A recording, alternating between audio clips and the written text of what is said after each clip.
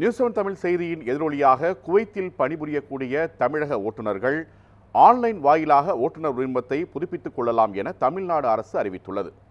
Kuwait நாட்டின் புதிய சட்டத்தினால் அந்நாட்டில் பணியாற்றக்கூடிய 1,00,000க்கும் மேற்பட்ட ஓட்டுநர்கள் வேலை இழக்கக்கூடிய அபாயம் நிலவுகிறது. எனவே தமிழக அரசு ஆன்லைன் வாயிலாக இந்திய ஓட்டுநர் உரிமத்தை புதுப்பிக்கும் நடைமுறையை அமல்படுத்த வேண்டும் என்றும் வெளிநாடு வாழ் தமிழர் நல அறக்கட்டளையின் குவைத் மண்டல துணை செயலாளர் முத்துராமலிங்கம் அசோக்குமார் முதலமைச்சருக்கு கோரிக்கை விடுத்தார். அதனை நியூஸ் 7 தமிழ் செய்தியாக வெளியிட்டது. அதன் எதிரொலியாக தமிழ்நாடு அரசின் போக்குவரத்து துறை முத்துராமலிங்கம் அசோக்குமாருக்கு பதில் கடிதம் அனுப்பியுள்ளது. அதில் வெளிநாடுகளில் பணிபுரியும் தமிழக ஓட்டுநர்கள் ஆன்லைன் வாயிலாக தங்களுடைய ஓட்டுநர் உரிமத்தை புதுப்பித்துக் கொள்ளலாம் என அறிவிக்கப்பட்டுள்ளது. இதன் மூலம் குவைத்தில் பணிபுரியும் 1,00,000 தமிழக ஓட்டுநர்களின் வேலை மீட்டெடுக்கப்பட்டிருப்பதாக அவர்கள் கூறியுள்ளனர்.